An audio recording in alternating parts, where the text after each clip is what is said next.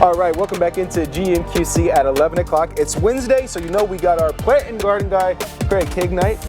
We said we would be in studio, but it's funny because, I mean, obviously we're outside. Last week we were outside as well. I mean, you told me this morning it was a little chilly. It was chilly at 4 o'clock this morning. This is a lot better. Yes, we're happy to be out here right now. Of course, and we had to dress the part today. We had to. That's right. Had to Courtesy Step up their game. Sorry. Yeah, it's kind of we kind of flopped there, but you know what? Let's just get right into some of the questions this morning. So we got a text in from a viewer. Hey Craig, I would like to relocate some Virginia bluebells. Would this be a good time to do it? Yes, just make sure that you use them or move them with a nice clump of soil on the roots. Get them out of the ground, back in the ground, and use your root stimulator so that they get a good start. And you know, the thing is that I had bluebells in my yard and they moved on their own. They're pretty good at reseeding themselves. Gotcha. All right, we have Bill Cromer who's saying good morning. Good morning. Hey, Bill. And then we also have Bill Parker who's saying, when is it a good time to water my garden? Very basic. Well, you know, really, the thing you have to watch is the amount of rain we've been getting. And if we go for, say, 10 days without a decent rain, then you would go ahead and water.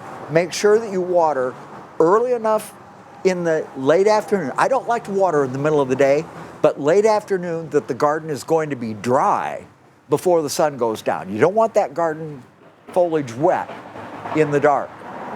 All right. My aloe plant is huge. This is from Gloria. My aloe plant is huge, but only her tips are turning brown and curling. I only water when dry. What do I need to do? Well, it sounds to me like you're not letting her dry out quite enough. When you think it's ready for water, go ahead and wait another day or two and then water. You aren't going to damage this plant from being a little bit dry.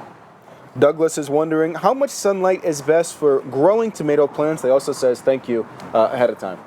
Much sunlight? Yep, how much sunlight As for much growing? as you can possibly give them. Minimum of 6 to 8 hours a day. If you don't have that, it's going to be an uphill battle.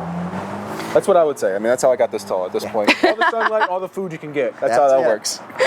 So, Rick Johnson, I have a plum tree that blossomed well, but it's showing very few leaves except on the tips of the branches. Some of the smaller branches, the tips snap off when they're tested.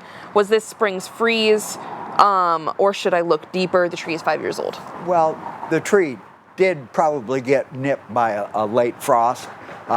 You didn't mention that there was any fruit on the tree, so I'm assuming that it got nipped by the frost. It takes 6 to 8 weeks for back buds to go ahead and open up after a tree has been frosted like that, so just give it time and take good care of it. And speaking of time, we're going to take some ourselves and go to break after this, but you guys just keep sending those questions in because this guy's going to be with us to answer some more of those right after this.